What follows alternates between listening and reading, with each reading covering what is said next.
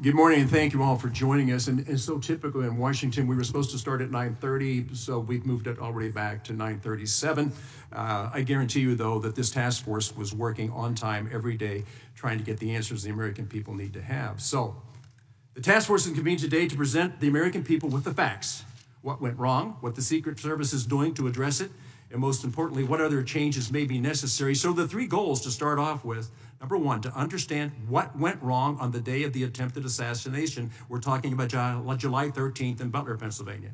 To ensure accountability and to prevent such an agency failure from ever happening again. That is a tough task because we don't know what the future holds for us. On July 13th in Butler, Pennsylvania, and then again on September 15th in West Palm Beach, Florida, President-elect Trump was the subject of two separate assassination attempts. Butler, Pennsylvania is not only within the district I represent, but it's also my hometown where I grew up and have fond memories of playing American Legion baseball on those grounds. I attended the July 13th rally with my family, my wife, one of my sons, and three of our grandchildren. The assassination attempt of President-elect that day has left its mark on our community and those that were in attendance that day. We lost Correa, a volunteer firefighter who was dearly missed by many. His wife, his two daughters, woke up that day with the excitement of being able to travel to Butler, which is only a few miles away from their hometown, to experience an event that they really were looking forward to. Four people were in that car that morning. That night, only three were in the car. Mr. Competore died. Our local law enforcement agency were wrongly smeared in the media for helping with the rally security. The Secret Service zero mission failed on July 13th, and more trust in our federal agencies was lost. But the news is not all bad. After the departure of Secret Service's former director, Kimberly Cheeto, new leadership has taken responsibility for failures. Director Rowe, thank you. And has been called out the complacency in the agency. Choosing a path of cooperation in pursuit of the truth, the Secret Service made every single employee this task force requested available for interview. The Secret Service's own mission accountability review is a credible self-critique and substantially consistent with the findings of the task force. When tested again with a second assassination attempt in West Palm Beach, Florida on September 15th, the Secret Service security redundancies, while not flawless, got the job done and kept President-elect a safe distance from harm. On October 5th, President-elect Trump returned to the stage in Butler, Pennsylvania with members of his own family. The differences between the planning, coordination, and execution of this event compared to July 13th were like the difference between day and night. The task force upcoming report includes a few dozen recommendations for Secret Service and its parent agency, the Department of Homeland Security, as well as Congress. In less than 5 months, the task force has conducted 46 transcribed interviews with local, state, and federal officials, participated in over a dozen briefings with relevant agencies, reviewed approximately 20,000 pages of documents, visited the site of July 13th assassination attempt in my hometown of Butler, and the site of the September 15th assassination attempt in West Palm Beach, Florida. It also went to FBI laboratories in Quantico, Virginia, to examine the physical evidence from the July 13th attempt. This work has positioned the task force to make bipartisan determinations about exactly how the failures occurred and where the responsibility lies. At the task force hearing on September 1st, it noted three key areas of failure by Secret Service that occurred on July 13th. This included planning errors that led to confusion among local law enforcement partners, an inexplicable failure to close public access to the site where the shooter, Thomas Crooks, chose to position himself. And third, a communications and command structure that did not facilitate rapid communication. Further investigation has revealed new information shedding light on each of these failures. First, planning areas by Secret Service not only created confusion among local law enforcement partners, but also among the Secret Service agents working at the rally. In interviews with the task force, multiple agents offered uncertain and at times conflicting takes on what the duties of Secret Service personnel working in key roles for planning and execution the day the rally took place. Second, our investigation found that AGR Complex, the grounds and buildings adjacent to the rally site where the would-be assassin Thomas Crooks fired from, were not secured due to the Secret Service failure to understand and confirm key information. Interviews with Secret Service agents revealed the area was never secured because agents mistakenly believed that state and local officials planned to secure it. Secret Service never verified this charge before or during the rally. Third, communications, and I think this is really the most important. Communications and intelligence failures occurred in numerous ways, ranging from a flawed setup, agents failing to speak up about problems they observed, training issues, inadequate resources, and not having the ability to communicate with one another in the moment of the crisis. After much investigation, we found no any evidence or testimony suggesting that any Secret Service in proximity to President Trump at the rally, who might have been in a position to get him off the stage, knew there was a suspicious or armed person on a rooftop until after shots were fired. In the course of our investigation, some interviews with Secret Service personnel included expressions of regret, while others took defiant stances blaming colleagues for their failures. Several Secret Service agents interviewed by the task force have either already left the agency or have been placed on a status called situational telework, where they are not allowed to contribute to the core duty of protection. Those agents have been left in flux, waiting to see if these fundamental leadership failures will ultimately lead to the end of their careers. It's not in our nation's or anyone's interest for the Secret Service to delay accountability decisions any longer. I strongly encourage Director Rowe to review the task force final report and act to hold those individuals responsible for the failure accountable in a way that enables the Secret Service to move forward. We are no longer under the illusion that there is still work to do in fixing these problems with the Secret Service. Every 4 years, those campaigning for our nation's highest office reach out across America to connect with the public and ask for their support. This is a fundamental principle of our democracy.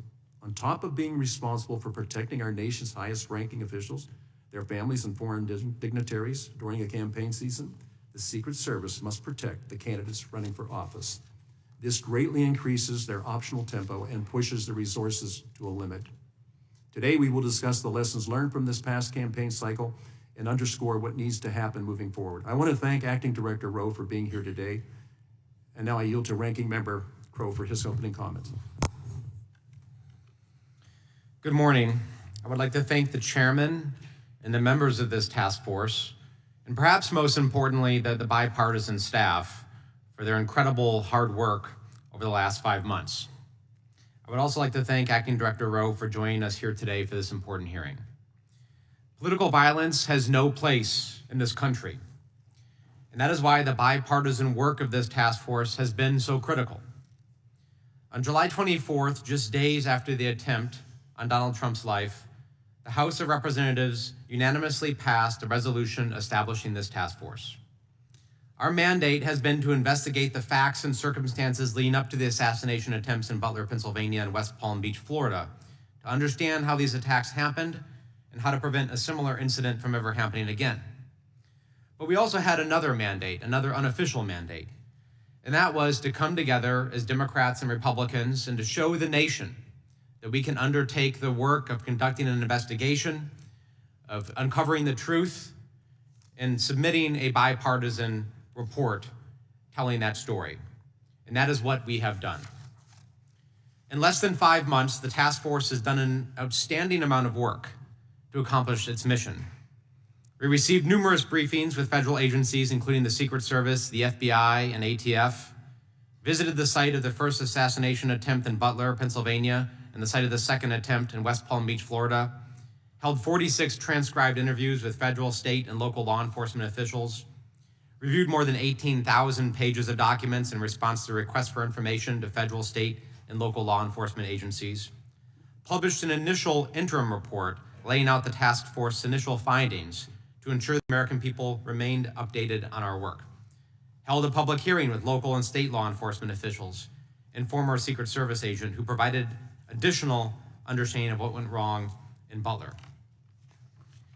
We visited the FBI laboratory in Quantico, Virginia to review evidence from July 13th, and today we are holding our final hearing with Secret Service Acting Director Rowe, which will be immediately followed by a business meeting to approve our final report.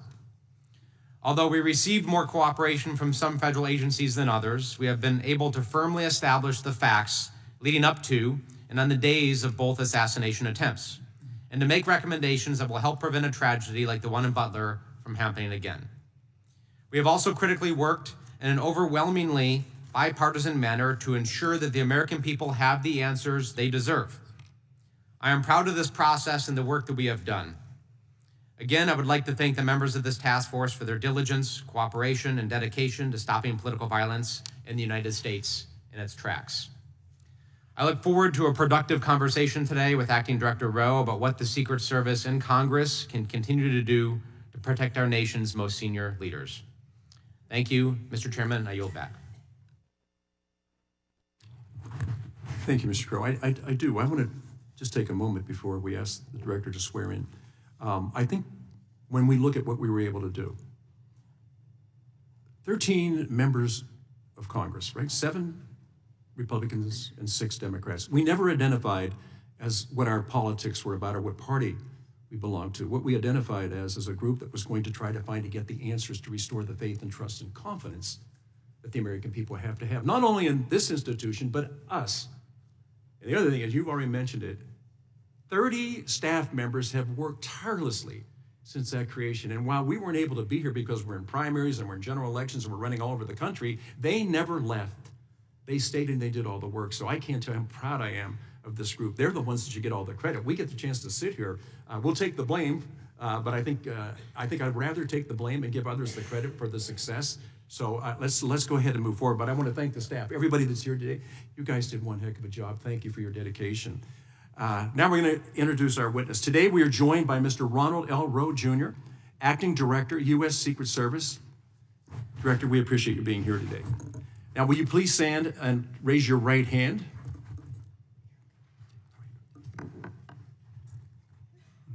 Do you solemnly swear or affirm that the testimony that you are about to give is the truth, the whole truth, and nothing but the truth, so help you God? Let the record show that the witness answered in the affirmative. I now recognize Mr. Rowe for his 5-minute opening remarks. Director, I think we've talked about this. We're going to be flexible on the time. Thank you, Mr. Chairman. Good morning, Chairman Kelly, Ranking Member Crowe, and distinguished members of the task force. I appreciate the efforts of this task force, and I thank you for the opportunity to appear before you today. July 13th was a failure of the Secret Service to adequately secure the Butler Farm Show site and protect President-elect Trump. That abject failure underscored critical gaps in Secret Service operations, and I recognize that we did not meet the expectations of the American public, Congress, and our protectees. And they rightly have that idea based on how we performed. President-elect Trump was wounded. A cowardly and despicable act killed 1 person and critically injured 2 others. And I join you and all Americans in condemning the horrific assault on President-elect Trump, Corey Comparator, James Copenhaver, and David Dutch. And I extend my deepest sympathies to the Comparator family. Since becoming acting director, I've worked tirelessly to address what I believe are shared goals with the task force, to understand what went wrong on the day of the attempted assassination, to ensure accountability, to prevent such a failure from ever happening again. The recently completed mission assurance inquiry thoroughly investigated the specific actions and inactions that led to the assassination attempt. 4 areas of deficiencies were identified: communications, protective advance processes, command and control processes, and coordination with external entities. The mission assurance inquiry identified failures by multiple employees that warrant disciplinary action. The quality of the advance work and preparation for the Butler Farm Show visit absolutely did not meet the expected standards of this agency. Let me be clear. There will be accountability, and that accountability is occurring. It is an extensive review that requires time to ensure due process. And the pace of this process, quite frankly, it does frustrate me. But it is essential that we recognize the gravity of our failure. I personally carry the weight of knowing that we almost lost a protectee, and our failure cost a father and husband his life. I have reflected extensively on the agency's substandard performance during the advance for the Butler rally. I have implemented numerous systemic and strategic changes to prevent these failures from ever happening again.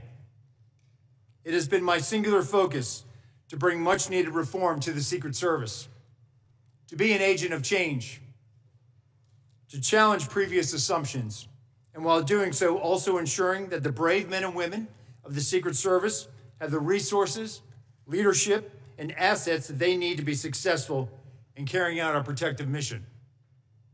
A full list of actions is itemized in my prepared testimony, but these changes have included providing the highest levels of Secret Service protection to President-elect Trump throughout the remainder of the presidential campaign, expanding the use of unmanned aerial systems for aerial observation at venues, expanding the use of counter-unmanned aerial systems technologies to mitigate the use of a UAS as a kinetic attack vector, expanding the use of ballistic countermeasures at Secret Service protected campaign sites, a directive to mandate unified command in a singular location for all protective sites, something that was not done on July 13th in Butler.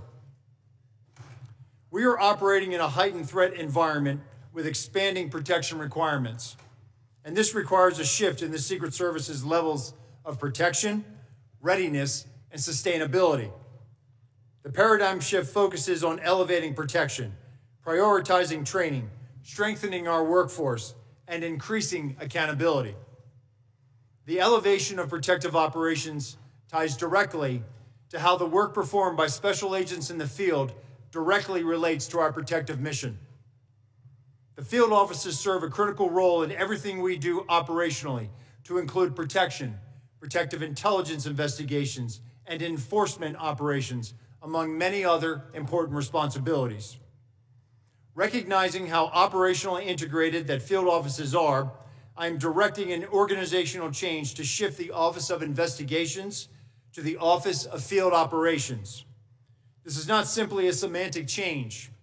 Establishing the Office of Field Operations is an opportunity to reset our thinking and perspective about the role field offices play in protection, and to enhance our operational effectiveness by better leveraging field offices to support, enable, and inform protection and protective activities. It is also my intention to reconstitute the Secret Service's culture such that training is routine and expected. That was how it was done when I was operational in the Presidential Protective Division, and somehow along the way, we became disproportionately operational in comparison to time allocated for training. As I have publicly stated, the Secret Service historically has had to manage its operations by doing more with less. That is not consistent with achieving a no-fail mission.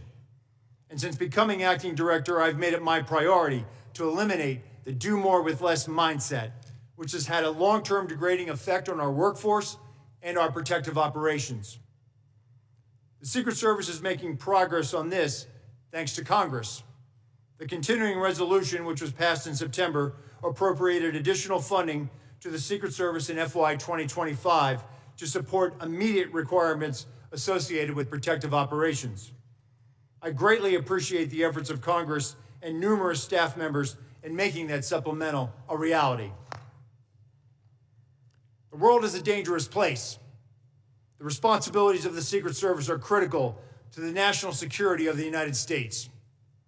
It is important that decision makers fully recognize and appreciate the vital role and significance of the Secret Service in our nation's security. The terrorist, the nation-state actor, the sniper, the lone gunman, the lone wolf gunman, they must be lucky once. But the men and women of the Secret Service must be perfect every time. That may not be fair, but that's the world in which we operate in.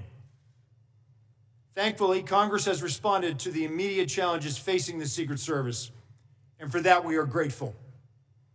Our agency is not defined by one failure, but by our ability to learn from mistakes, to hold ourselves accountable, then learn, evolve, and continue striving for excellence.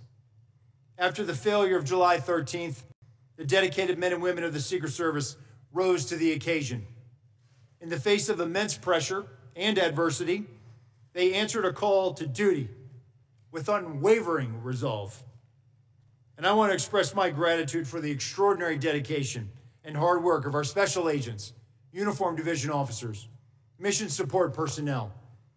They all persevered when the demands of the mission surpassed anything they or their families have ever been asked to take on.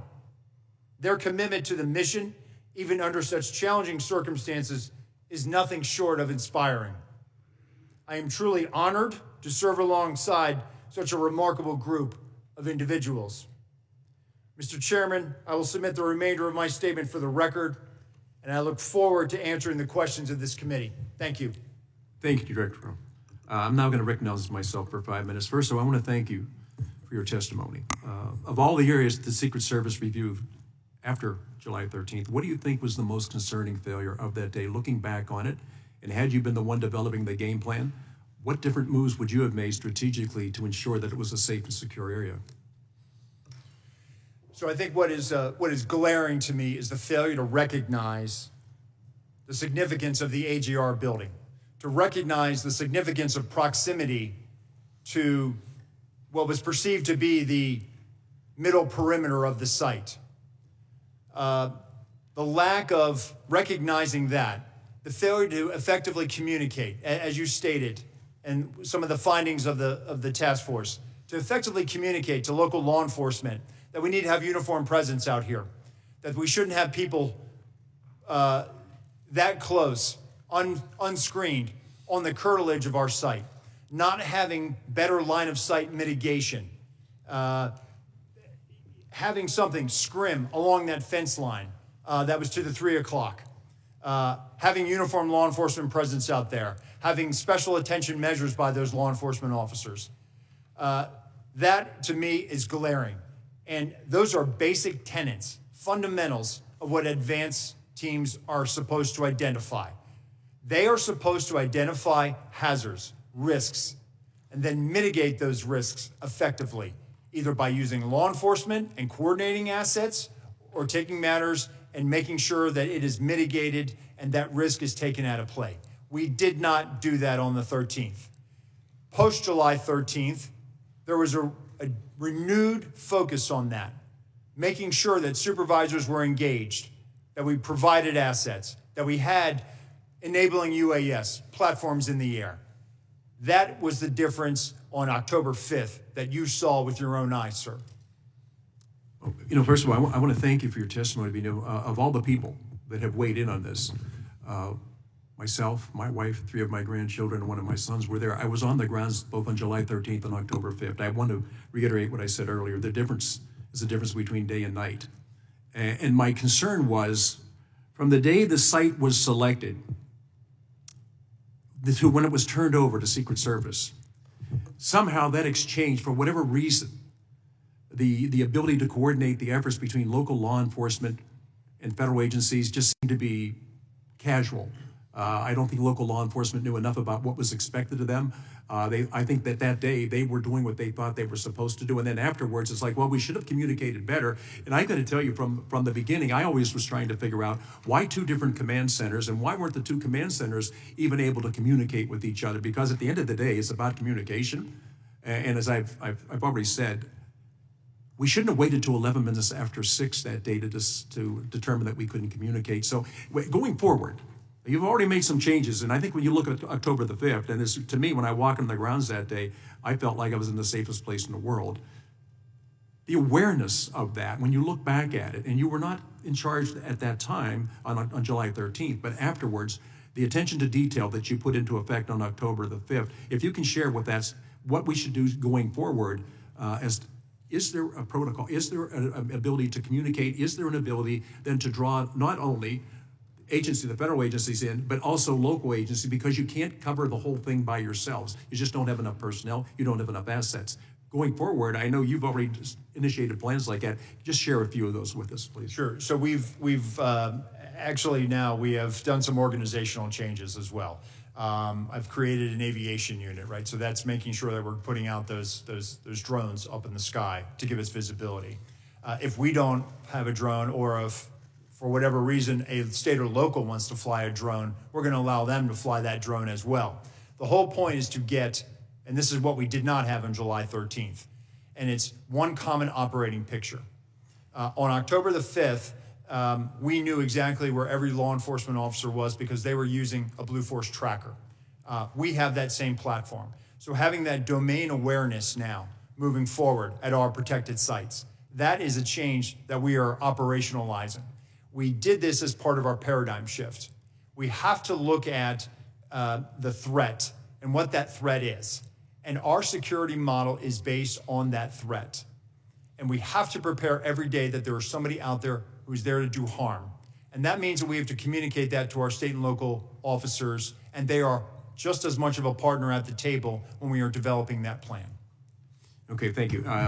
Listen, we could go on for a long time back and forth of what was there. I just will reiterate it. There is only one person on this panel in this room, unless other people came down from Butler, that was there that day. I was there that day.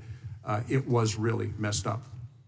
I couldn't understand at all what was going on because it was unlike any other rally that I'd ever attended. I do know that you have so many protectees that are out there. The size and scope of your responsibility is beyond what the average American would understand. And I think by having these hearings, people are going to understand what is the purpose of the investment, why do we do it, and who all is it we're trying to protect. At this time, I'm going to turn over to Mr. Crowe. It's been wonderful working with him, and his military background exceeds anything I ever knew. So, Representative Crowe, please.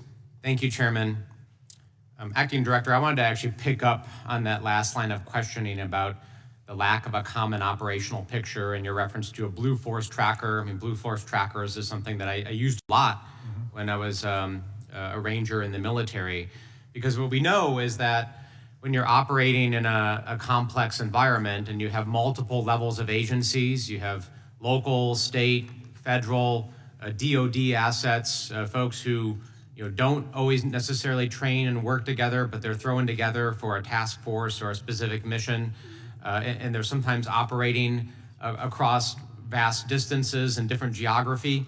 That common operational picture, right? One place where all communications flow, where there's unified command, where everyone can see where everyone else is, they can share information in real time, that is essential, right? In Afghanistan, for example, that's what we had. We were oftentimes working with FBI, intelligence agencies, different countries across hundreds of kilometers in instances, but we had a platform, an actual physical platform that served as a virtual command post. So it doesn't matter where you were or who you were, you could look at that and see where everybody else was and share information. And it's just wild to me that in 2024, our nation's premier law enforcement agency on July 13th was using text messages on their personal cell phones, literally sending emails in some cases to deliver real-time information, and scribbling messages on paper and not using a system. And so it's good to hear that you've implemented that in part on October 5th and going forward. But can you tell me, are you looking into more advanced systems and platforms that I know exist on the DoD side? I know DoD has these. Are you looking into these? Are you developing this? And can you commit today to pursuing and implementing that level of technology? I will commit to that, Ranking Member, and we are actually looking at this. The whole basis of giving that domain awareness and superiority is exactly what you just described.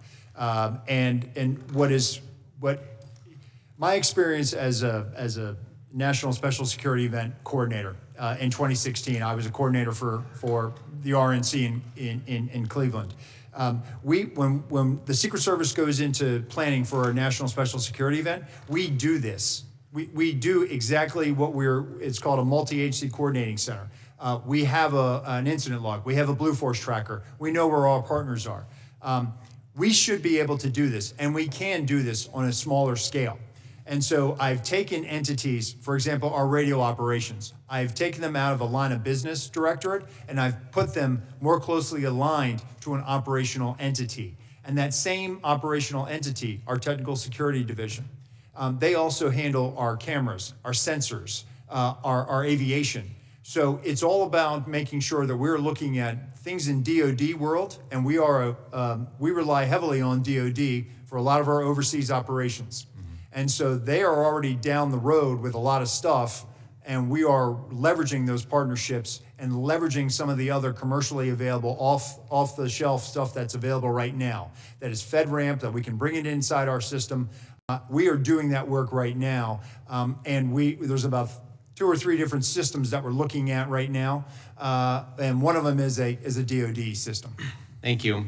The last question I wanted to address was this issue of culture.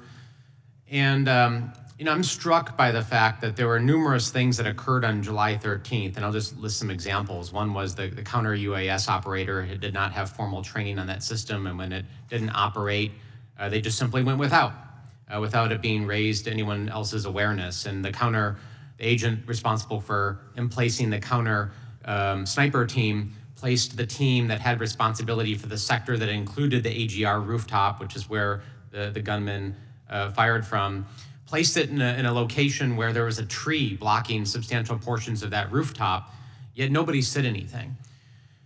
You know, when I was in the Army, there was this culture and expectation that when you were on a mission or in a training range, that anybody could say something at any time if they saw a safety risk. You know, it's the old adage, if you see something, say something, right? So a private could stop a training mission or even a real mission if there was a life and safety issue. Commercial pilots have the same thing, that if you're in the cockpit, you know, anybody can say, hey, there's a problem to the captain or stop something from happening. I'm struck by the lack of that culture on July 13th, that if you're a counter sniper and you've been placed in a position that actually doesn't allow you to see entire sectors of the position that you're responsible for, why aren't people saying something? And it happened on numerous occasions. So can you speak to that culture and how you change that culture so that folks speak up and everybody's empowered to make necessary changes on the spot if they need to? Sure. So first it starts with training, a retraining, right? A re-education of folks. We have to do that. Secondly, we also have to make sure that we are more regularly doing hot washes, after actions on this. So one of the organizational changes, I've directed the Office of Protective Operations to initiate and stand up almost an auditing capability, to regularly send out folks to evaluate how we're doing, and also share findings with our Office of Training. What we don't want to do is we want people to understand, hey, we want to get better. We're not here to take punitive action against people just to, just to gig you for something. No, we want to make the mission better. We want to do that. We do this, again, in our National Special Security Event construct. It's in policy that coordinator has to do an after-action report. We do some of these things informally, but we have to do this regularly. We have to do after-action reports, and we have to retrain our folks to say, it's okay to see something and say, hey, wait a minute, why don't we have that hallway covered? I will tell you that my time as a full-time agent on the president's detail, that was the culture. I don't know where we lost that, but you were always empowered. If there was 31 poststanders on that site, there were 31 different site agents, and you had a shared collective responsibility, exactly what you're talking about, for the integrity of that site. We have to get back to that, and I think training, which touches everything from the cradle of your career all the way to the end of your career. Training is where we need to make that investment. Thank you. I couldn't agree more and appreciate that answer. I yield back. Thank you. Now recognize Representative Joyce from Ohio for 5 minutes of questions. Thank you, Chairman Kelly. And first, I'd be remiss if I didn't thank you for your Ranking Member Crowe for the fair and honest way in which you've handled this matter, and to the distinguished colleagues I have here on this committee for their use of their background. Since my background seems to be in appropriations, and I happen to have chaired the Homeland Security Appropriations Subcommittee in 24, I'm pretty familiar with your budget. Yes, sir. And so I think I want to go down that lane with you. In the September CR, Congress approved $231 million in supplemental funding for the agency led up to the 24 election in November. Director Rowe, Acting Director Rowe, could you describe specifically how that funding was used? How did you prioritize where to allocate it, and how those decisions will impact the longer-term resource needs of the agency? Sure. So there were immediate needs that we used a portion of that money for. So we are submitting regular reports back to the Appropriations Committee. So they are closely tracking this, and we see this as an opportunity to prove that we can fiscally spend this money in a very responsible way. Those immediate needs were, following July 13th, we made a request to the Department of Defense for increased air mobility support. That's a reimbursable agreement that we have with them. We increased our reimbursable agreements with other partner agencies to fill some personnel gaps that we had. Tactical operators from other agencies from across the department, other support when it came to counter UAS, support for screening with the TSA. So as we brought up the president-elect and the vice president, we brought them up to the highest levels of Secret Service protection, same level as the president. And so we needed that money for additional reimbursable agreements, requests for assistance that we have with other agencies. We've also started moving money out to acquire more materials that we needed. As we started to put more assets out on the road, classified assets, ballistic assets, now the wear and tear on that is going to increase. So now we have to make sure that we can acquire more and put more money down on contracts so that as we are going to now go through the service life of these materials, we have to be able to replenish them and replenish them quickly. So some of these are long lead items. So that money has been very, very helpful to us in making sure that we can address our immediate needs. Great.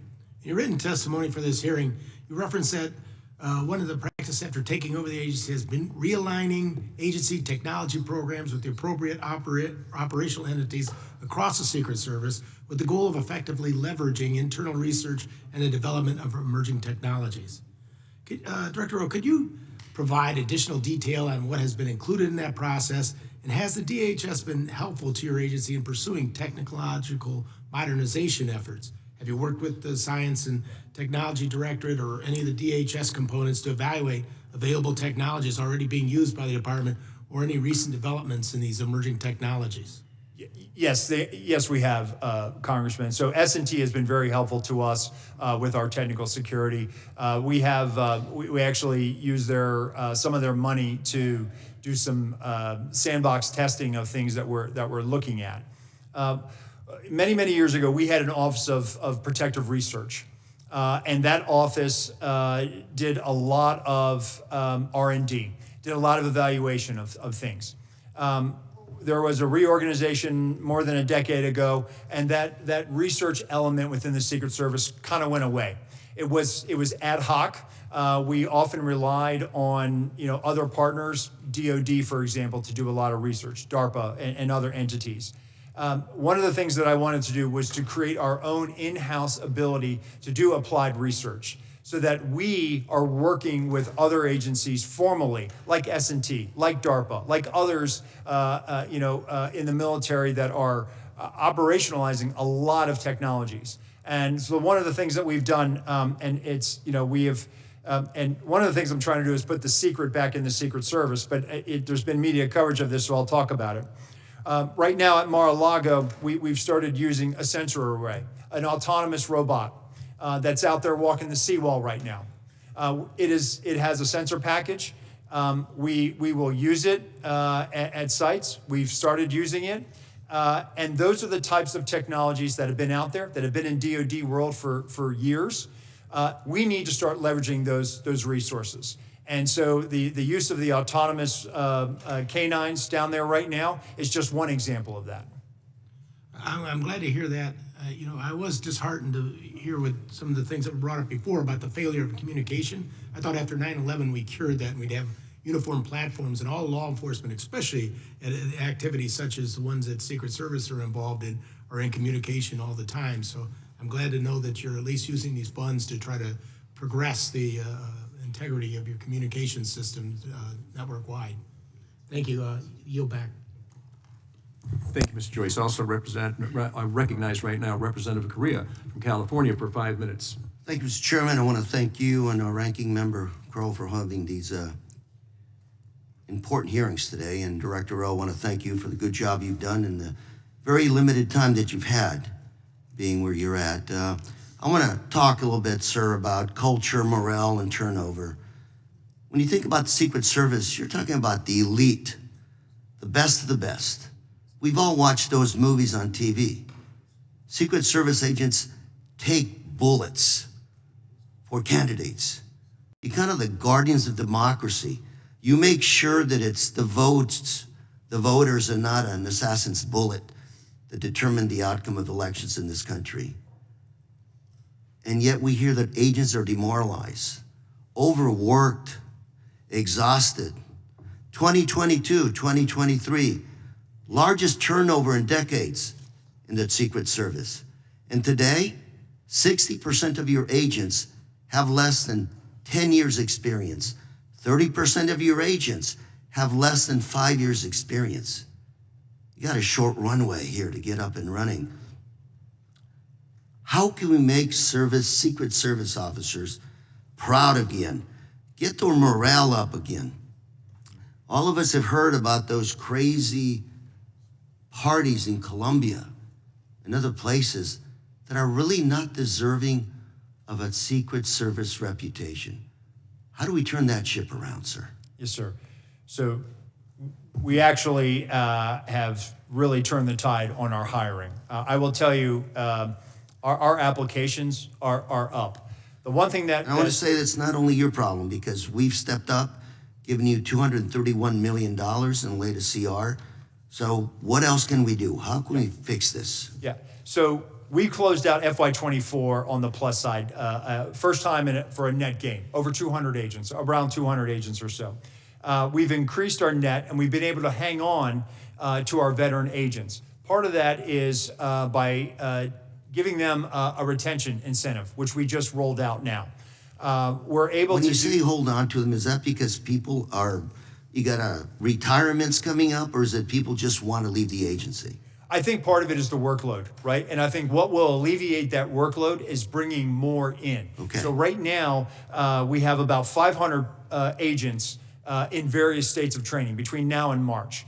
We are going to onboard another 400 by June, and we're going to onboard 200 uniform division officers by June. We are on pace right now to hire 650 special agents and 350 uniform division officers. So being able to retain the workforce that we have and bring on more, we're going to make steady gains, because when I look at what we have ahead of us in 28, another presidential campaign, an incumbent who's not going to be out there, who's not seeking office, but is probably going to be out there campaigning.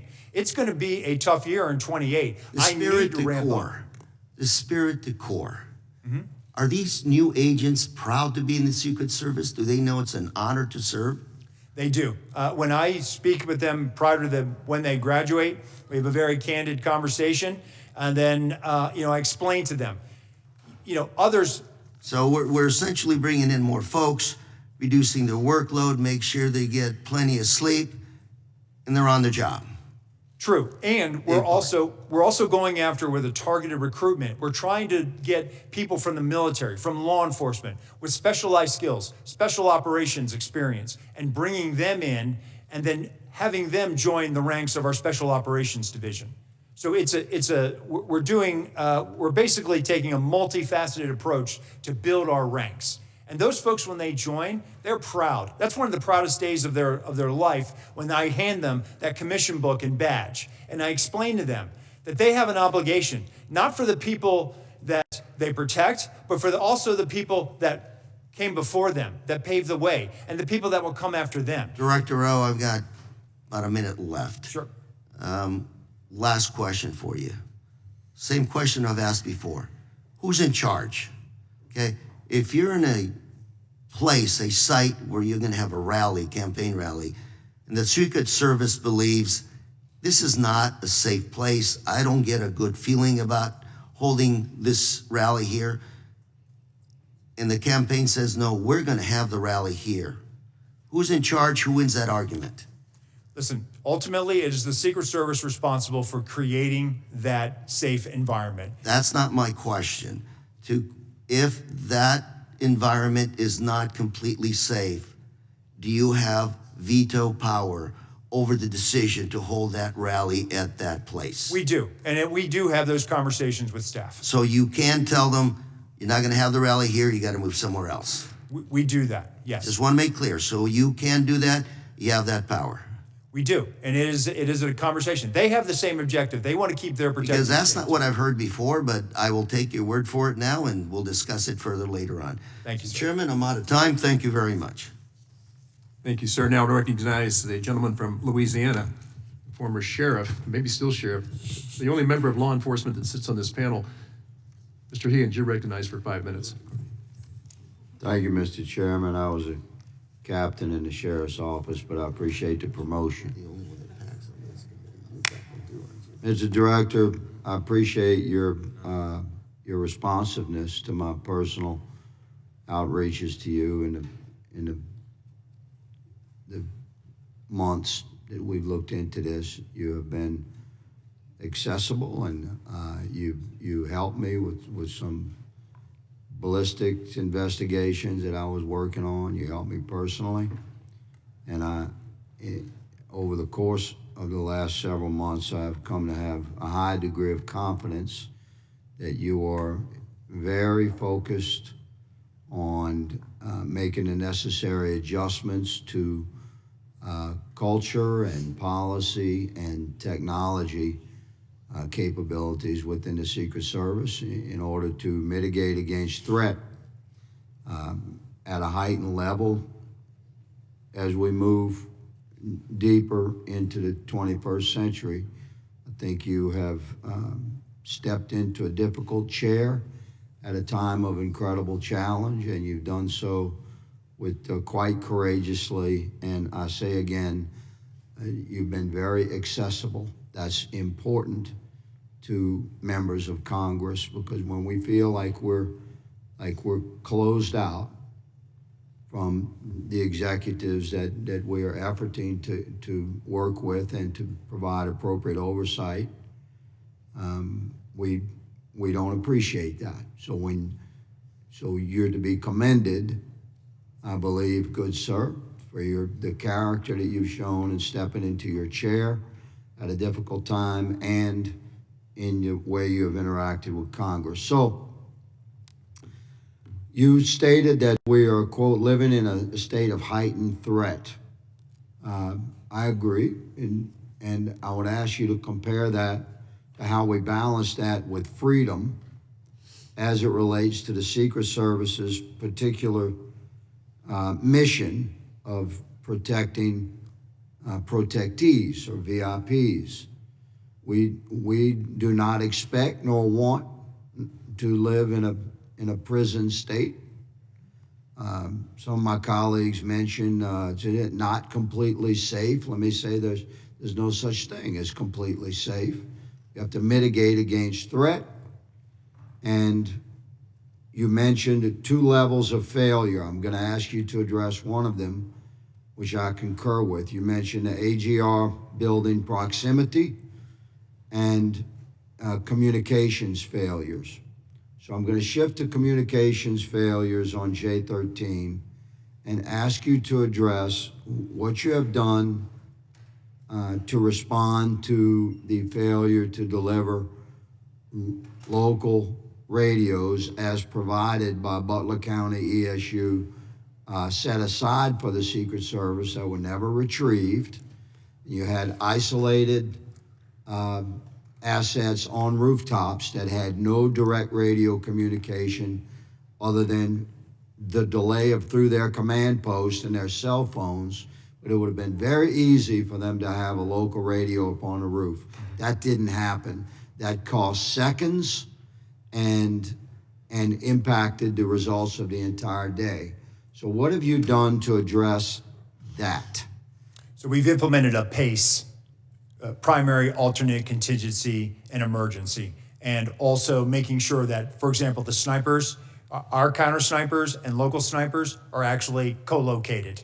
So that's to cut down on that to make sure that they are standing next to each other so that there is clarity of communication between them. And then also, if exchanging radios and making sure that we have their radio and can hear what they say in clear communications. Yes, sir. So sharing radios was part of your pre-mission plan for Butler on J13. So the failure to execute the pre-mission plan is impacted us here. You actually had the planning in place, but it wasn't executed on that day. We would see that. Reasonable man would see that as a failure of on-site leadership to follow through with the agreed to plan.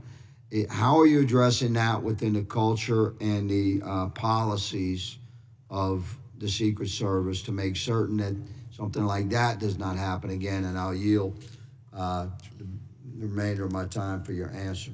Sure. So the Office of Protective Operations and our Office of Field Operations now, that is something that they ensure that we have that either shared incident command posts, and then where we have partners with Special Operations Division entities that are supporting us, that there is somebody with us, and we either have their radio or they are with us, and we are testing those communications in advance to make sure that they are rock solid.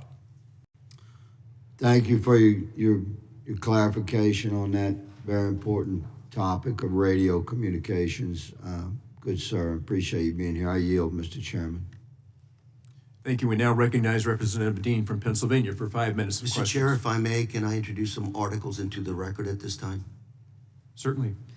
First one, an exodus of agents left the Secret Service unprepared, New York Times. Second one, more high-ranking officials in Secret Service stepping down, CNN.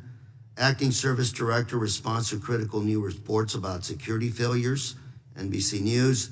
Agency in crisis, NBC News. And final one, Secret Service touts protection improvements as election looms. Thank you. Without objection, so ordered. I now recognize Representative Dean from Pennsylvania for 5 minutes. Thank you, Chairman Kelly. And I want to personally thank you and Ranking Member Crowe for how you have conducted this task force with the seriousness and the nonpartisanship that you brought to it. I also do want to echo the thanks to the staff, the extraordinary work of this bipartisan staff over these many weeks and months.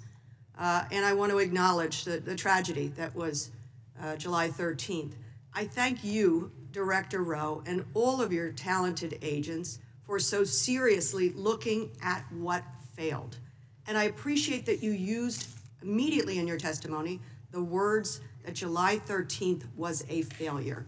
It absolutely was. And I'm thankful to you for not trying to fog it over with some euphemism, some opacity that would not tell the American public what they need to know, what Congress needs to know in order to support the Secret Service to do your mission of no fail. So I thank you for that. I want to talk as quickly as I can around advanced pre-planning, then the day of, and then line of sight and snipers, counter sniper by Secret Service as well as local ESUs. Mm-hmm. So, for example, at the last hearing, I had the chance to talk with Butler Township Police Department Patrolman Drew Blasco. He testified that during the July 11th walkthrough, he told 3 Secret Service agents from the Pittsburgh field office and the Donald Trump detail that the AGR complex was a vulnerability. Some of the vulnerabilities he spoke about was the ability of people to get on the ground. I don't think he spoke specifically as to the roof, but the fence line, that chain link fence line over to the fairgrounds, that it was see-through, frankly, and the opacity, that the failure of making that opaque. There was, I think, some discussion of vehicles, put some vehicles along there, ag vehicles or something. So my question is, I know that the Secret Service has testified that they don't remember those conversations. Did the Secret Service discuss the vulnerability with local police or anybody as to the AGR complex, that fence line, the property itself? Congressman, what I can tell you is based on what my mission assurance inquiry has found is I cannot find a written communication where the AGR building was discussed. To me, that is glaring. That's a problem. it should have been identified. When I traveled there, Excuse me, I'm testing. a day after I was named as the acting, and as I'm walking around, and when I went up on the roof, and I'm looking at the proximity to the site, I was taken aback by the fact that that was not secured. So my answer to you is I don't have a written record of that. And so in the future, would those kinds of vulnerabilities be written down? I mean, they can be verbal, but at some point, somebody should be taking notes, and that leads me to my second set of questions, which is the day of.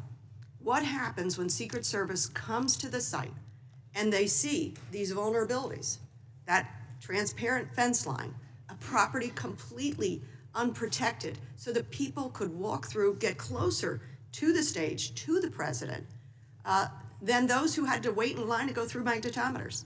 Who is in charge when you get on the property to say, we got a problem over here on the left-hand side?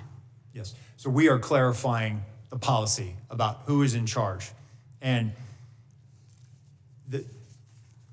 the current policy states that the advance team is responsible under the direction of the field office SAC. That's in policy, that they are supposed to identify risks and mitigate them. But is there sort of a tick-tock where you say, okay, we're on the property, that we've got the president coming in, and have we checked all the boxes in terms of the protection of this space?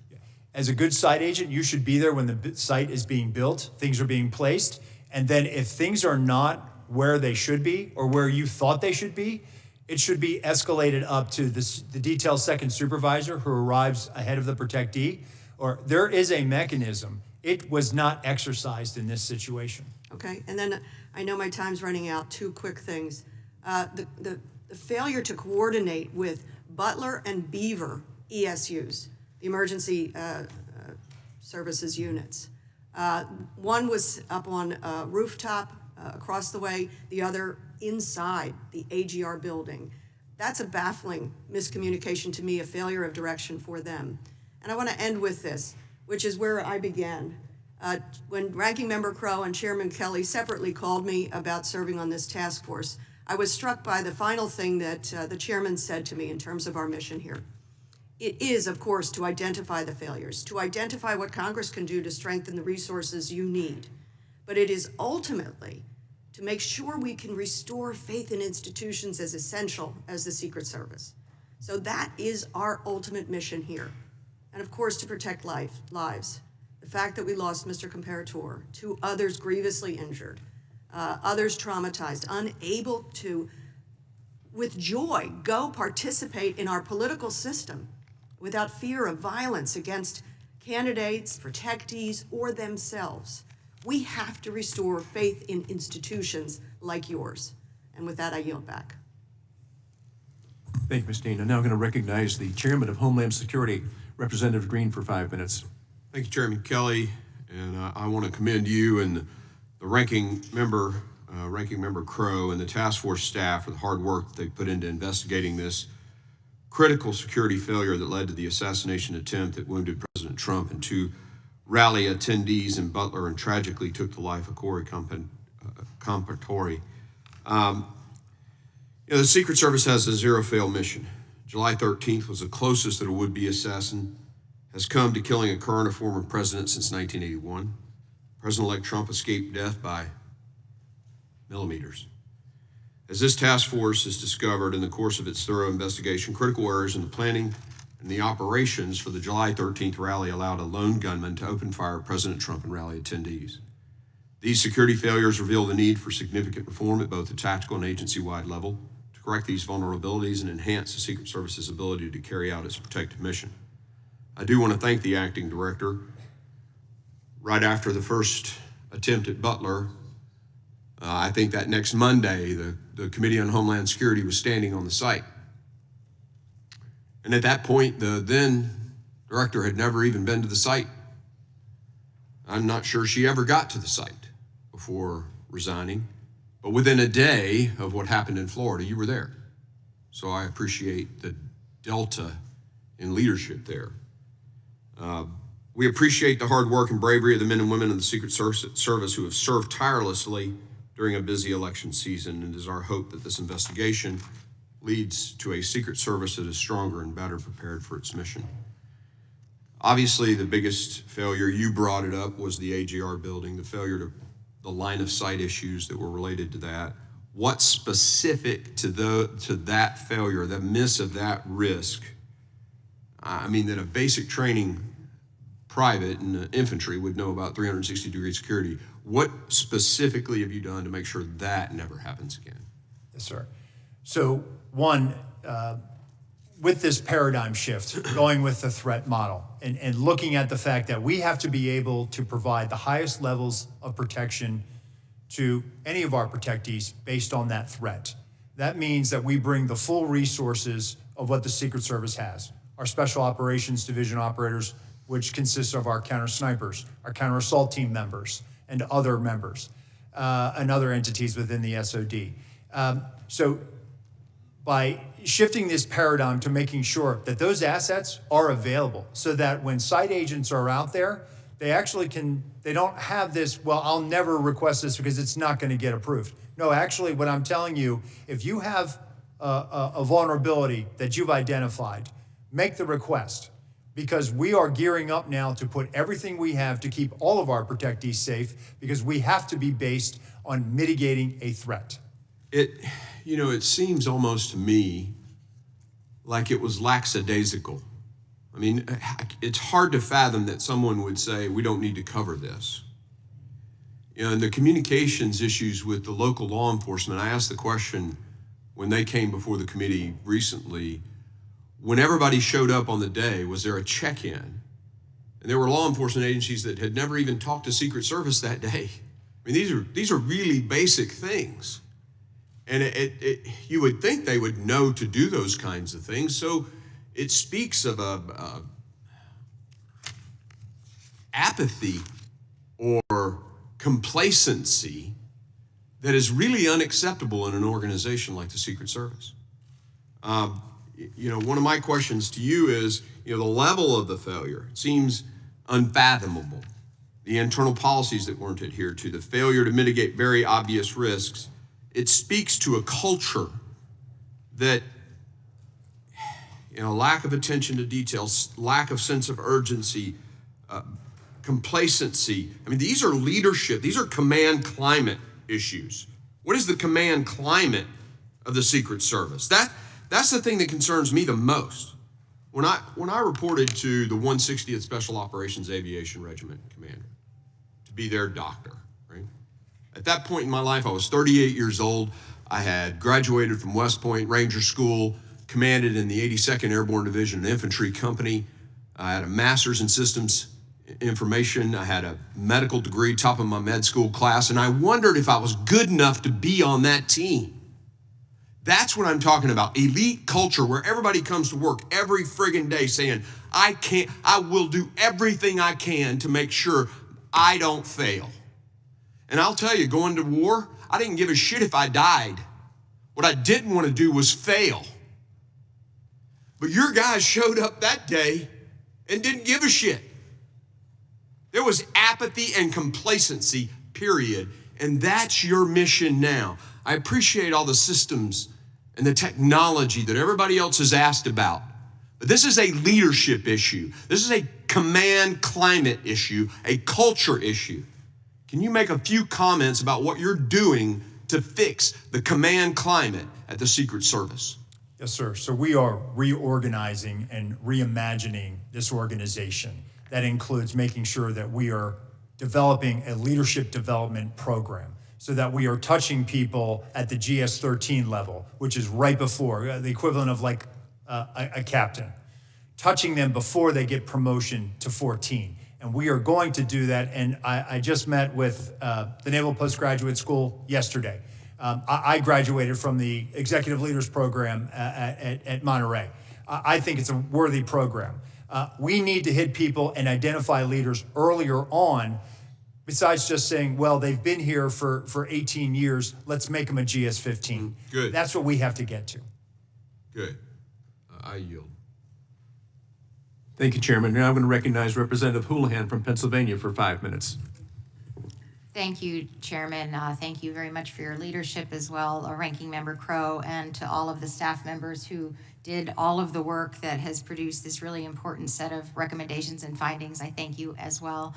Thank you, Acting Director Rowe, too, for the conversation today. I have two lines of questions, and I am, frankly, going to focus on some of the technology that I think is essential for us to be able to make sure this kind of thing doesn't happen again. For roughly 11 minutes on July 13th, Mr. Crooks was able to fly a drone near the site of the Butler rally. The Secret Service equipment, as we all know now, that could have tracked it perhaps back to its origin wasn't functioning at the time of the flight. And you have testified in the U.S. Senate hearing that had the U.S. Secret Service counter-drone equipment been working probably, quote, you may have possibly been able to stop Crooks. We've also learned that requests from the agent responsible for the counter-drone equipment for increased counter-unmanned aerial systems capabilities and earlier access were denied as well. So several times today, and actually in your opening remarks, you talked a little bit about the different ways that state and local and you all work together in making sure that these locations are secured and your protectees are protected. But right now, state and local law enforcement don't have the legal authority to operate counter-drone equipment to advance detection or mitigation. And actually, interestingly, in your opening remarks, you made a reference to the fact that you felt as though that might be something that they should have the ability to do. Would it have been useful if state and local law enforcement had additional capabilities and legal authorities to be able to conduct counter-drone detection and mitigation to support the Secret Service, sir? I do, with proper coordination with FAA. Thank you. That's my first question, and there is several ideas in this Congress that are bouncing around to be able to give you those authorities, and I would love it if I could ask for your support in helping make sure that that happens. My next set of questions has to do with some of the testimony that we had in our first hearing, where I'm, unlike some folks here, my background is in engineering, and I focus a lot on emerging threats, cybersecurity, biotechnology, and biothreats. And I'm struck by the fact that we're kind of always trying to solve for the last problem that we had, and the last problem that we had was a sniper on a rooftop. And obviously things are evolving, threats are evolving, and your kind of work needs to evolve alongside it. Representative Joyce talked a little bit about the appropriations process, and you talked a little bit about the Office of Protective Research that sounds like is now defunct. What kinds of things are you doing, and what kinds of things can Congress be doing to help you stay abreast of those kinds of emerging threats, to make sure that you can coordinate with DOD and with DARPA and those kinds of things, so we're not kind of constantly reinventing the wheel on this? What can we be doing to help, and what are you doing as well? So definitely, and again, obviously the color of money, right? O&S money is fantastic, but PC&I money to be able to go out and acquire things is critical for us. It's critical for the Secret Service. We've certainly had challenges with getting enough PC&I money through the years. That's a separate conversation. But being able to have an applied research element within the Secret Service now is going to be able to have us regularly now go out and interface with all these other entities, the private sector, Silicon Valley, others that are doing innovative things that can be helpful to us, because it's not just about physical protection, it's cyber protection as well. Absolutely, and to the degree that we can continue to be helpful with that and helping you with the color of money and making sure that you have those resources, please do let us know. And also, I think one of the things that I was struck by when we were investigating, trying to understand what had happened, is we were able to see a kind of a creation of what his drone saw, and what the angles, the sight lines and things were. And I was struck by the fact that this was kind of the first time that we thought about those kinds of things, at least on this side of the world. And I'm certain that there are a lot of technologies and ideas that are maybe on DOD side or other places where you all can benefit from these, and FBI as well can benefit from the kind of work that DOD is already doing. With the last couple seconds that I have, training for the guy who didn't know how to fix the drone. What are we doing to make sure that that doesn't happen again? So we've actually established an airspace and aviation section. So now they are the folks that go out and are primarily responsible for all of the counter UAS and all of the enabling UAS. And so now that we have a direct hiring authority, we have this ability now, thanks to OPM, they were very cooperative. We can go out and hire drone operators. You can fly them remotely from Washington if you need to. My goal is to get more drone operators and people with this expertise downrange in the field so that they can go out and do this and are there on the ground. And that's going to help us fly drones and identify line of sight vulnerabilities, get that eye in the sky perspective as we're doing our advance. Thank you. I yield back. I appreciate your time. Thank you, Ms. Houlahan. Now recognize Representative Lee from Florida for 5 minutes. Thank you, Mr. Chairman, and thank you, Director Rowe, for being here with us today. As is evident by today's hearing and will also be evident in the forthcoming report, this committee has successfully been able to develop a detailed overview of the facts and circumstances surrounding the days of these two assassination attempts, and we'll be able to provide some specific suggestions and transparency about those events going forward. The Secret Service has been cooperative with this committee, and we appreciate your efforts to ensure that we had information that was necessary to make this process meaningful. And we've received a lot of information from you that help inform what is needed with respect to resources, technology, and training. But I would like to discuss with you another aspect of protective work that I believe is also critical to the success of our mission here today. You testified earlier that part of successful protective work also includes being aware of and considering the actual threat environment.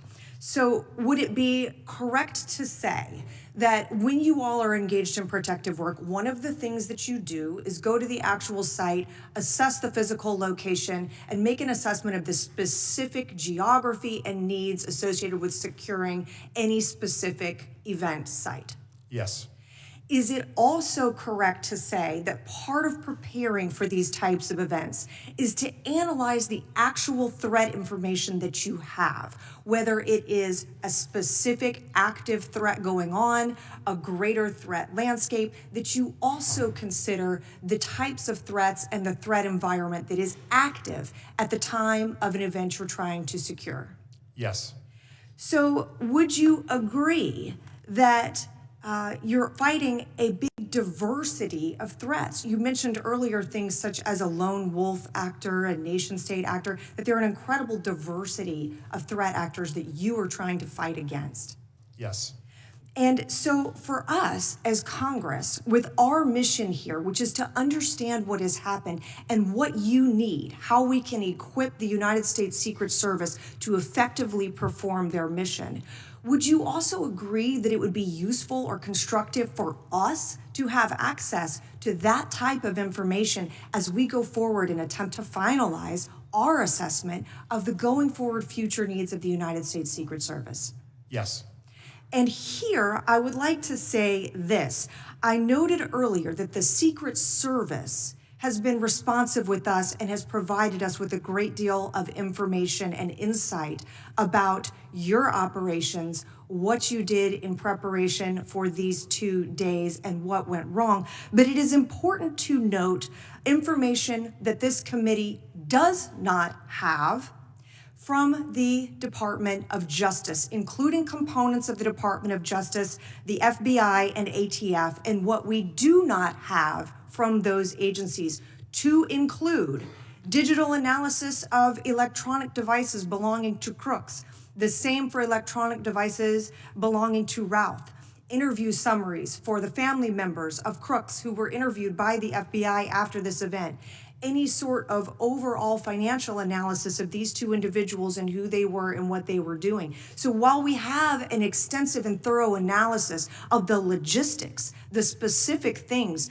that happened on that day, who was standing where, who wasn't on a radio, how we could improve the implementation of the security measures that were in place that day, in a very real sense, we do not have some of the critical intelligence information that might have helped us even better understand the needs of your agency going forward.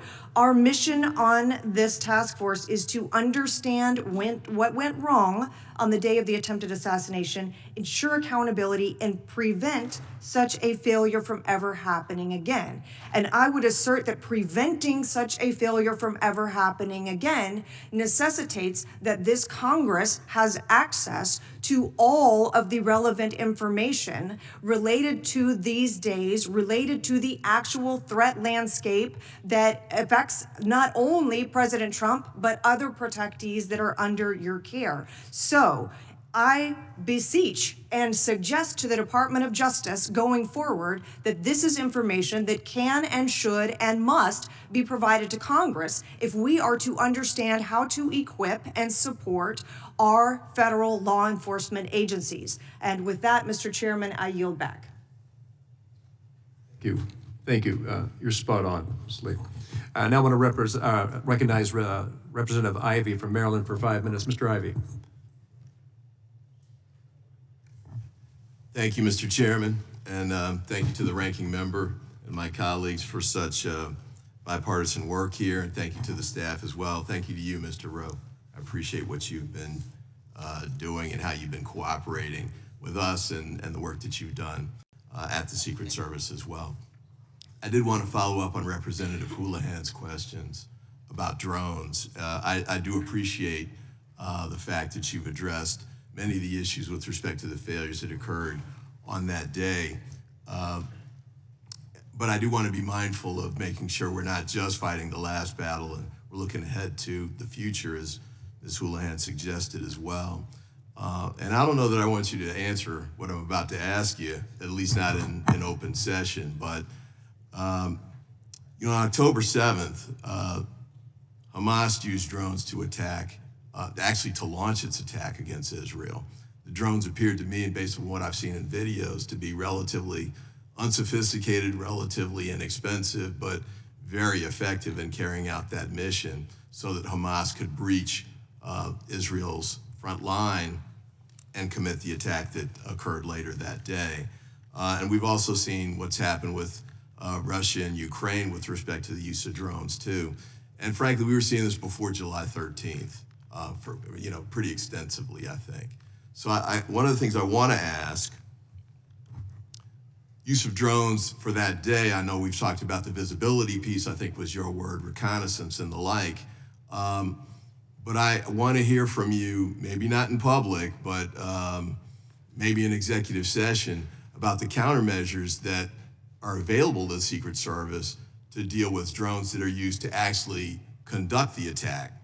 So not just sending information back, but as we saw on October 7th, could actually carry, for example, an explosive device that could be used on that day. Now, I know Chairman Green with Homeland Security, you've heard the passion he brings to this and the background that he has, and he's right, we did have a hearing on this in Homeland Security, not just that issue.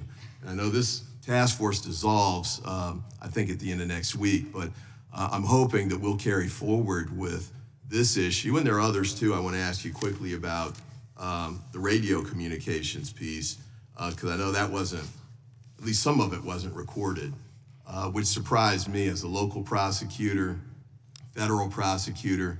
The police recorded almost all of their radio communications just as a matter of course. And that was useful to us from a couple of standpoints. One was for prosecution of cases. We'd have actual live time recordings that we could use that, you know, we could present to a jury that confirmed the testimony that may have been provided to the jury at that time. But also from a management standpoint, you can go back and listen. And that's one of the first things I asked when we got this, the information was, where are the radio communications? I want to hear what happened that day. Now, we had to settle for, you know, the email communications and the like, you know, the text messaging, the sort of things people did on an ad hoc basis to deal with the emergency in a quick way.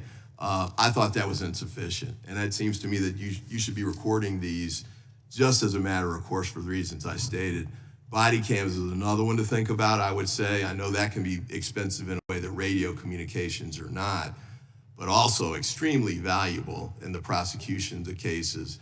You've got, there's nothing to prosecute with respect to July 13th, but there is with respect to Mar-a-Lago, and I don't know what the evidence there is, but that's the type of information that could be useful. And then with my last minute, I wanted to pick up on what Representative Lee raised a moment ago. This isn't really to you, actually. This is to my former colleagues at the Department of Justice. I recognize that in ongoing criminal investigations, there's a reluctance to turn over information too soon because it can undermine the investigation. You can tip off defendants and targets and the like. So you want to be careful about that, and I understand that. But I must say, too, that there's some information that we didn't get, and she outlined some of that, that didn't seem to be connected to an ongoing criminal investigation, and I thought that we should have had access to that. And I'll note this as well. I've done some previous investigations, Whitewater hearings, for example, when I was a staffer many years ago, where we were able to communicate with the independent counsel on an ongoing basis. And we did that in the wake of the Iran-Contra disaster, where they immunized Ali North, compelled him to testify. Department of Justice then ended up having to dismiss the case. It was thrown out of court because of the information sharing that took place. But even in the wake of that, Congress was able to work with the independent counsel and it can with the Department of Justice in making sure that we get the information that we need to handle these kinds of situations, because this is about as serious as it gets from the standpoint of what we're tasked to do. This is extremely important work. We would need to make sure that our elections are controlled by ballots and not bullets, and this was relevant here. But thank you for what you've done and the work you've continued to do, the direction you're taking the Secret Service in. Mr. Chairman, thank you for allowing me to run over, and I thank all of you, all my colleagues here and the staff again for the outstanding bipartisan work that you've been able to do. Thank you, Mr. Ivey. Now we recognize Mr. Fallon from Texas. Thank you, Mr. Chairman, and thank you for the work that you and Ranking Member Rowe and the rest of the committee has done, and certainly our staff. Mr. Rowe, would you agree that the protection that President Trump was provided on the 13th of July was wholly and tragically negligent? The site plan was abysmal to the point of derelict. And on the 13th of July in Butler, Pennsylvania, the United States Secret Service not only failed President Trump, but Correa Comparatori and the American people in historic fashion. I would. In the months leading up to July 13th, who was the director of the Secret Service? Kimberly Cheadle. Okay. Other than former Director Cheadle, who was the most senior Secret Service agent? In the agency? Mm-hmm. That would be me. I was the Correct. deputy director. In the months leading up to the July of 24, were you made aware of highly credible intelligence that a serious and grave threat to President Trump's life from an adversarial nation state? There was a very serious threat. In this open setting, Congressman, I can't discuss what I was or was not aware of. Well, the former Director Cheadle said she was aware, so I would imagine by extension you were aware. You said in open session that I would point to Director Cheadle's. All right, so you were aware. So we have a unique circumstance here because we had a former president of the United States who is the leading candidate at that time to be the next president of the United States, and he will be now that we know. And he was being threatened by a foreign nefarious nation state because of actions he took while he was president of the United States. Very unique circumstances. So being that you were aware of these unique circumstances, did President Trump, was he provided a security detail akin to what a sitting president would receive? At that time, he was not. He was not. Would you agree that if there was a counter-surveillance unit there in Butler on the 13th, he would have been safer? I think if there was a counter-surveillance unit advanced that was on the ground, it could have aided the advance team in identifying the AGI. So he would have been safer? President Trump would have been safer? Yeah, okay. I don't think this would have even occurred, but be that as it may, did the president's detail request a CSU, to your knowledge? I'm not aware of a request for CSU. Now, was the threat from the nefarious nation state disseminated to agents in the field and in the protective details? I'm just pausing, Congressman, because I'm trying to walk a tightrope here in an open setting. What I can tell you is that the Secret Service provided assets on that day for a particular. What I can tell you, sir, is that the folks that are whistleblowing and informing some members of Congress say that they were not aware of this threat. And that's what I'm getting at with being proactive and showing leadership is we know for a fact that there was no CSU in Butler. Was there a full CAT team there? There was not. No. A full CAT team, 6 members, and there were 2 there. So you knew of the threat. You didn't disseminate to the field and protective details. You didn't. President Trump didn't have a protection that was akin to a sitting president. He didn't have the CSU. He had only the third of the CAT team. So that's that kind of ineptitude and inaction and complacency and neglect that really, quite frankly, is as telling as it is chilling. And had it not been for a very blessed, fortuitous, and a happenstance of a perfectly timed turn of a head, President Trump would have lost his life that day. Now, this is another thing that concerns me. We report to our constituents, and instead of really after this happened, did you go the next day to Butler, Pennsylvania on the 14th of July? I did not. Okay. Did you go that week? I did not. Okay. The FBI held that site secure for 5 days as an active crime scene, and they released it back to the owners on the 18th, and you did not visit. And when did you finally visit the site? I visited about a day after I was appointed. So July 24th? Cheadle came in July 22nd. She got skewered and roasted by the Democrats and Republicans on the Oversight Committee, of which I sit on. She resigned the next day, and then only that day did you go.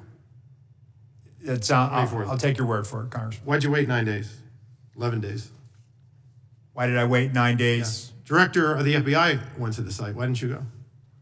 Congressman, I think I was appointed July 23rd, and I was there on the 24th or 25th. But you were the second most senior member of the Secret Service. You could have gone. And I was managing from here the crisis. We actually so you didn't go. dispatched. Got it. Did you call the, you were managing the crisis, you just said. Did you call the detail that night on July 13th that was protecting President Trump?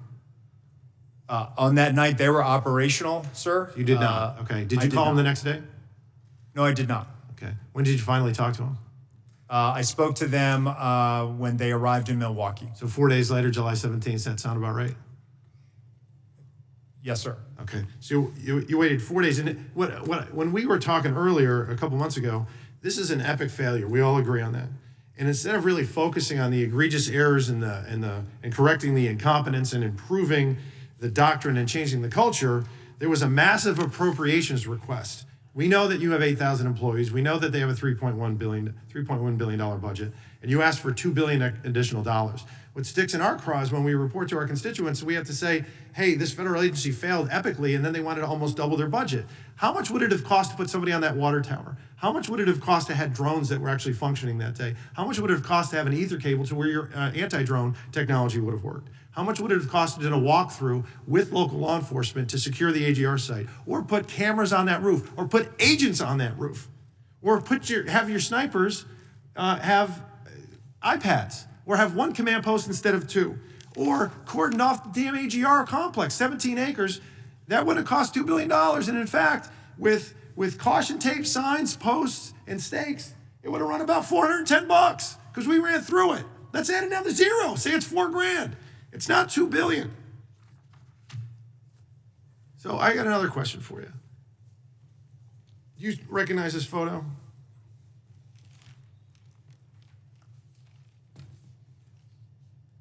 Yes, sir, I do. Okay. Was that the remembrance of September 11th? It was. Was it in New York? It was at Ground Zero. Okay. Who is usually at an event like this closest to the President of the United States, security-wise? The SAC of the detail. Special agent in charge of the detail.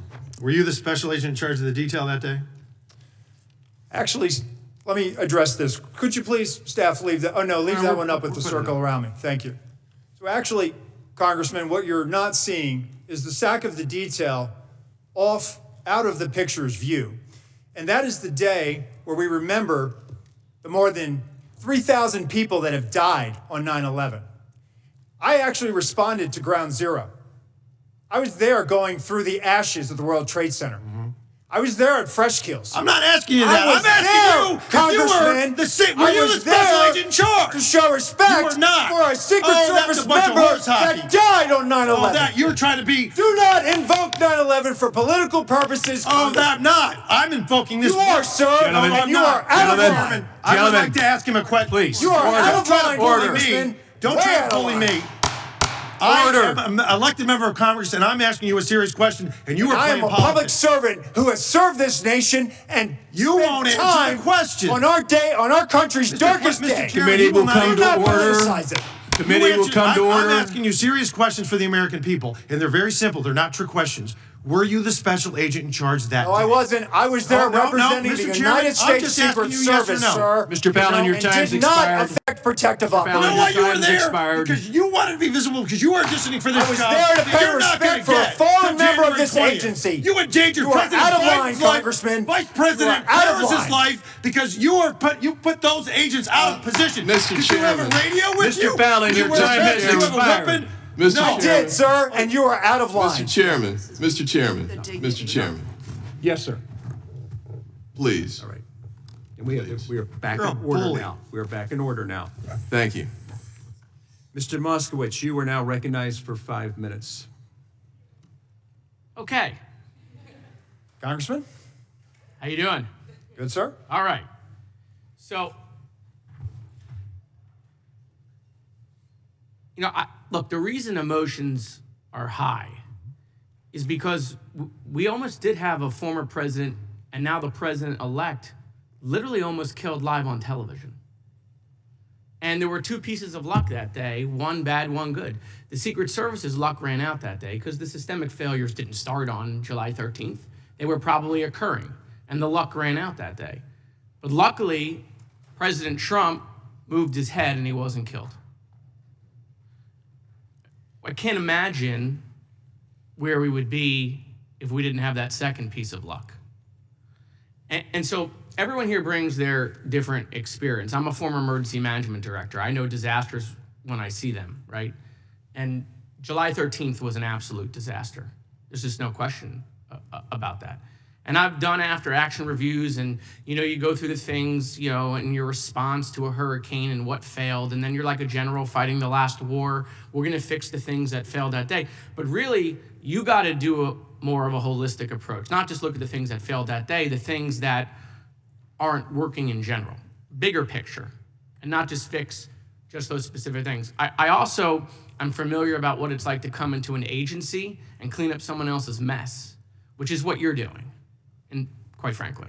And so I applaud you for that, right? You've been handed, a ship with a hole in it, and it's taken on water, and you got to figure out how to fix the hole and get the water out of the boat at the same time. And so I applaud you for stepping up and doing that. I want to talk about one of the comments that multiple people made on this committee, and it's for your agency and it's for other agencies, which is that a lot of time we get stuck in this process thing. Oh, because of process, we can't communicate with the public, or we're not going to communicate with Congress because of process. Agencies need to change with the times. Things are different now. And when you guys don't put out information, that vacuum gets filled with conspiracy theories. We talk about restoring faith in the institutions. Yes, government needs to work and people need to see that they're competent. But at the same time, we're not going to be able to restore that faith if the agencies aren't communicating with the public and instead are getting conspiracy theories online because no one else is giving them information. And that's going to be a push-pull that you, DOJ, the FBI are going to have to deal with in today's world of communications. Other people will tell your story for you, and it will be false if you don't tell it. I want to talk about two specific things, and then I want to get to page 7 of the report, which for me is the most important. The 9/11 Commission recommended fixing the comms issue by creating a network. AT&T, FirstNet, I think Verizon has one as well. We knew about the comm failures that day, the throttling the radios, people on different systems. And yet, 20 years, 25 years later, your agency is still struggling with the same problems we had on 9/11. Officers using their own personal cell phones, not on the network that was made for emergency personnel, which would have worked that day. Procurement. I want to talk about procurement because it's something that most people don't think about and it's not sexy. And I did tons of procurement when I was the emergency management director. One of the reasons why we have this problem, and it's not just at the federal level, I saw it at the shooting in Marjorie Stoneman Douglas at my high school between the city police versus the county, the sheriff's office, is everyone's doing their own procurement. Every city, every county, every state, every federal agency, every sector is doing different procurement. And you're all hiring different companies with different systems and no one talks to each other. Computer systems, radio systems, whatever it is. And we're not gonna fix this problem until we figure out how to do more of a comprehensive procurement for multiple agencies to get them on the same systems. And so that's a system piece, but I'm telling you, we're not gonna fix this problem until that happens. But I wanna talk about page 7 of the report. There's a line in there, and I'm not gonna ask you to comment because I know what the answer will be, I've been through this. Page 7 of the report says, Congress must consider whether the Secret Service investigative obligations can effectively coexist with its primary protective mission and whether the agency's investigative functions should remain within the Department of Homeland Security. Yahtzee. And I will tell you that Homeland Security was the right to create it. Senator Lieberman was right.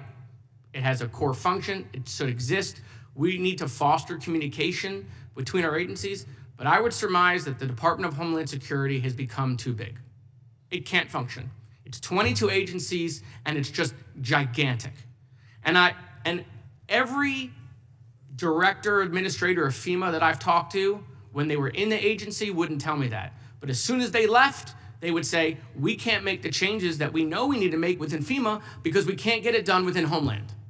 And so I'm gonna be filing a bill the first day of next Congress to remove FEMA and Secret Service from Homeland Security and make them direct reports to the White House. I think the changes you wanna make, I think you'll be able to make them quicker if you're not within Homeland. And so if we really want to talk about having our agencies respond faster, having our agencies fix these problems that didn't just exist on July 3rd, probably existed a year ago, 2 years ago, 3 years ago, 5 years ago, we have to be serious about breaking up Homeland Security. We have to realize that a 22 agency department cannot function efficiently. So it's quite frankly the reason why I joined the DOJ committee, to some people's misconception. I joined it with a specific focus on trying to fix Homeland because that's where this conversation is gonna happen, right? And so while we look at the report, I would tell you not to overlook page 7. Everything we've talked about technology, everything we talked about, everything Representative Green talked about culture, right? You actually had a funny line. You said you want to put the Secret Service, you want to put the secret back in Secret Service. I think Representative Green was making sure you don't forget about the service piece also, right? But I think you got to get outside of Homeland. I do. And I'm not going to ask you to comment on that because trust me, I've had 100 conversations, and when they're in public, they're very different than when they are in private. Everyone knows that Homeland is not working in its current condition. But you know what happens? Everyone wants to protect their sacred cow. Staff on the Homeland Security Committee, right? They won't let it happen. Homeland doesn't want to let it happen because they'll want more. 22, they'll take 30, right? I mean, it's just the way it's working. working. So, you know, Mr. Chairman, I want to thank your leadership running the committee. I want to thank Ranking Member Crowe. I think the report is very important. I think we've done it on a bipartisan basis, but I really want to hit this point home. If we are serious about making these changes, then we got to get serious about we have an agency that is not functioning in Homeland because it's just too big. Thank you. I yield back. Thank you, sir. Before we close, I wanted to turn to Ranking Member Crowe for brief closing remarks. Thank you, Chairman, and thank you to the members for this hearing. You know, this was an overwhelmingly bipartisan, productive hearing. I mean, the questions from the members were serious and robust, and clearly they took their charge to learn the issues and to dive into the investigation very seriously. And I also want to thank you, Acting Director Rowe. I've been in Congress now almost 6 years, and I've been in plenty of situations where there are directors and department heads and acting directors and department heads who are in crisis situations, right? Or contingency situations where there's a crisis within their agency or something that has gone wrong. I mean, this is an oversight hearing, so more often than not, there's something that has gone wrong. And there's people that deal with that in a variety of different ways. But in my experience, and I don't want to speak for the chairman, and he'll have a chance to speak about this, but we've talked a lot about this, and you've been very candid. You've been very open. You have accepted responsibility for the things that we feel like the service has had to accept responsibility for. You obviously were not the director on July 13th. The deputy director of agencies has different responsibilities. Usually personnel management is what deputy directors do. Then you stepped into the role and have, I think, done a very good job of remediating, mitigating, and providing a path and vision forward. So I thank you for that and your continued service. And I also want to make really clear, when we're talking about the Secret Service, like any of these organizations, they are broad, diverse organizations of thousands of people. And there's no doubt that there were security failures on July 13th and things didn't go right. But I also want to be very careful not to paint everybody with a broad brush. There are people that did not do their jobs, and there needs to be accountability for that. But there's also no doubt in my mind that there were many people who did do their jobs, that showed up with the right mentality, the seriousness, the commitment, who would have jumped up and took that bullet. In fact, after the shooting, did go on the stage and do what they needed to do and were willing to risk their lives. And I want to thank them. I think it's really important that we draw that distinction here, because I know a lot of those officers and agents are listening here today. And for those folks that show up every day with that commitment to excellence, who are willing to put their lives on the line, that we see them too, right? And we appreciate their service and what they do, because we don't want to put your agency in a position where this is a negative detractor from morale. It makes it harder for you to right the ship. So that distinction is very important in that regard. I also hope America saw that we did come together in a bipartisan way and fulfill our mandate of looking at these 2 attempted assassination attempts. We took it seriously. You couldn't watch this hearing today and actually see who was a Democrat and Republican. If you took our name placards down here, Americans wouldn't be able to tell, who was. This was issue focused. This was focused on our mandate, and I think that's really telling. And I would encourage folks to watch this if they haven't watched the entirety of the hearing and look at how we conducted our business here. The other thing I want to do is just thank the staff. This was a heavy lift. 5 months, the number of transcribed interviews, document requests was really substantial. At a time, as the chairman said, many of us were out on the campaign trail and accessible and spread throughout the country. Honestly, it's the staff that did the heavy lifting here, both the Republican and the Democratic staff. They have taken time away from their families. They have taken time away from their jobs. They have left law practices and other lucrative jobs to come and do important work for the American people. And I'm grateful for the work of the staff to put us in a position to submit this report and to tell the story that America deserves to have told.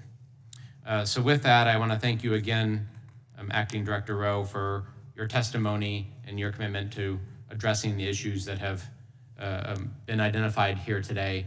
And Mr. Chairman, I yield back. Thank you, Mr. Crow. I want to thank Mr. Rowe for his testimony and for appearing before us today. And I know that at times it can be very emotional because of what took place. I will repeat what I said earlier. I was about 60 feet away from the president when he put his hand to his head and went down, and as the shots were ringing out, my main concern was, oh my gosh, they just shot the president. But I couldn't find my wife, I couldn't find my oldest son, and I couldn't find 3 of my grandchildren where they were supposed to be. They were not put where they were supposed to be that day. They were left to wander someplace else, which I'll never understand. Look, it's a very emotional very much think we can talk through these things and be very orderly about it, or we can look at what happened that day and say, and I think I got this feeling from the Captain Higgins. When you look at the history of the United States, there are certain things that are always going to stand out. I will just tell you this about my hometown of Butler, Pennsylvania. It was once recognized as the birthplace of the Jeep. It is now recognized as the location where the attempted assassination of Donald Trump took place. So it's overshadowed everything else that that town was ever known for and what they're so proud of and how wounded they were that day. And I will say this again, I've said it before, local law enforcement was the first direction that fingers were pointed, that these local law enforcement guys, gosh, they just didn't do their job. They didn't do their job. I know them personally. I know how deeply wounded they were by that. And I think that we have to understand these are real people doing real things in real time. So when I'm out shopping, people come up to me and say, you know what happened that day? I said, well, I have a pretty good idea. They said, well, let me tell you my version. And they tell me their version. I said, that's interesting. So where were you on the grounds that day? They said, well, I actually wasn't there. Now, why do people come up with these conspiracy theories? They come up with conspiracy theories because they don't get answers at the time they're needed. And I think that what we're trying to do, and I got to tell you, this is not a red committee or a blue committee. This is truly a red, white, and blue committee. And I will defy anybody to look at any of the members that are sitting up here today and say, I've seen this guy before in action. I know who he is. He's on Fox every night, or he's on CNN, whatever the hell people get on. Excuse me. I know we're not supposed to use any language like that. Chairman Green, I know that it's a very emotional thing for you too. So it isn't a funny issue, and it's something that does bring out the best of us and the worst in us. So whenever Jason and I first talked, and we were, and Miss Lee mentioned this, we were given three goals. There was threefold. Understand what went wrong on the day of the attempted assassination, ensure accountability, and to prevent such an agency failure from ever happening again. I know when I first talked to Representative Clay, he said, you can never guarantee that it will never happen again. And the longer I've worked with him, and I would encourage all of you to, if you can, draw up on your phones the captain when he's speaking, when he's in Louisiana, you will get the full force of who this man is and what he firmly believes and what his mission in life is. So you can be very animated. I'm amazed at how you operate today because you stick with it. But I would encourage anybody, go to that and please look at it and then tell me, wow, this guy's dedicated to that. So look, we're gonna adjourn here in a minute, but without objection, members have 5 days to submit additional materials and written questions for witnesses to the chair, which will be forwarded to the witness. And we ask the witness to please respond promptly. This has been an interesting time. And I know we're supposed to close, but I think that because Jace hit on it, the efforts and the time and the dedication that this team has put into this is incredible. I'm not talking about members because, as you know, we had an election coming up, but these members never left here. They spent hour after hour after hour, thousands and thousands of pages, written testimony. It is incredible what took place, but you'll never see that because that's not the headline. The headline is we had a really dedicated group of patriots who said, I will step out of my normal life, and for the next 4 months, I will dedicate myself to getting the answers that the American people need to have. From the very first, we are suffering from a lack of confidence, trust, and faith in our government. If we can't do these things and bring it back out and go to the American people, we know you had questions, we've got you the answers. That was our whole purpose in doing this. And so I look back at it, and I'm going to mention this.